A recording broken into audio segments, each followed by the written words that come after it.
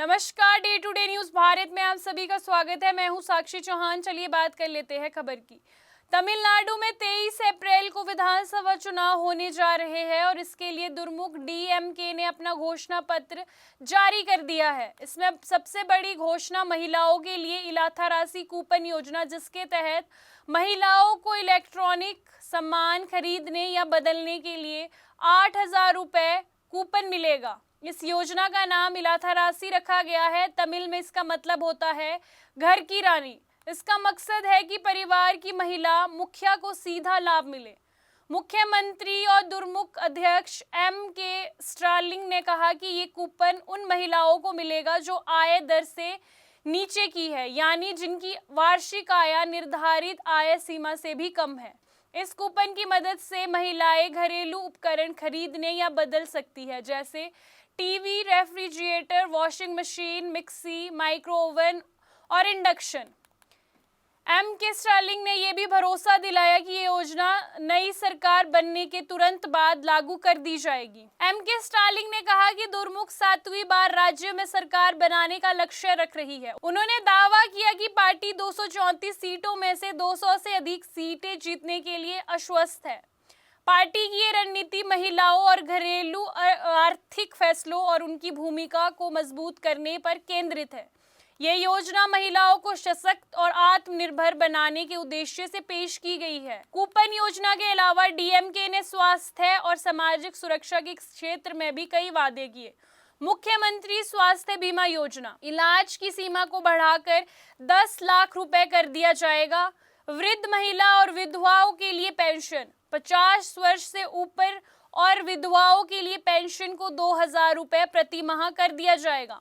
मानसिक अनुदान को भी 2,000 रुपए कर दिया जाएगा। इस तरह की घोषणा का उद्देश्य गरीब और मध्यम वर्गीय परिवारों की महिलाओं के जीवन स्तर को बेहतर बनाना और उन्हें आर्थिक रूप से मजबूत बनाना है, ये पार्टी का कहना है। ये जो योजना सिर्फ पैसे तक सीमित नहीं है, ये महिलाओं को उनके घर के वित्तीय फैसले में सीधे भागीदारी का अधिकार देगी। जब महिलाएं घरेलू उपकरण खरीदने या उसे बदलने में स्वतंत्र होगी तो परिवार की जीवन शैली में सुधार आएगा।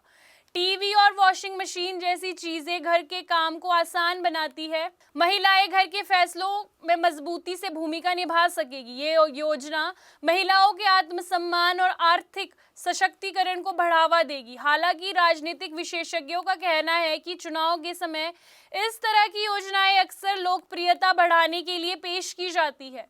कुछ विपक्षी दलों ने इस योजना पर सवाल उठाए हैं कि क्या इसे समय पर लागू किया जाएगा या ये सभी महिला तक पहुंचेंगे या नहीं। लेकिन डीएमके ने इस पर भरोसा जताया है और उन्होंने कहा है कि ये योजनाएं सरकार बनने के पहले 6 महीने में ही लागू कर दी जाएगी। तो कुल मिलाकर डीएमके का घोषणा पत्र महिलाओं और परिवारों के जीवन को सुधारने पर केंद्रित है।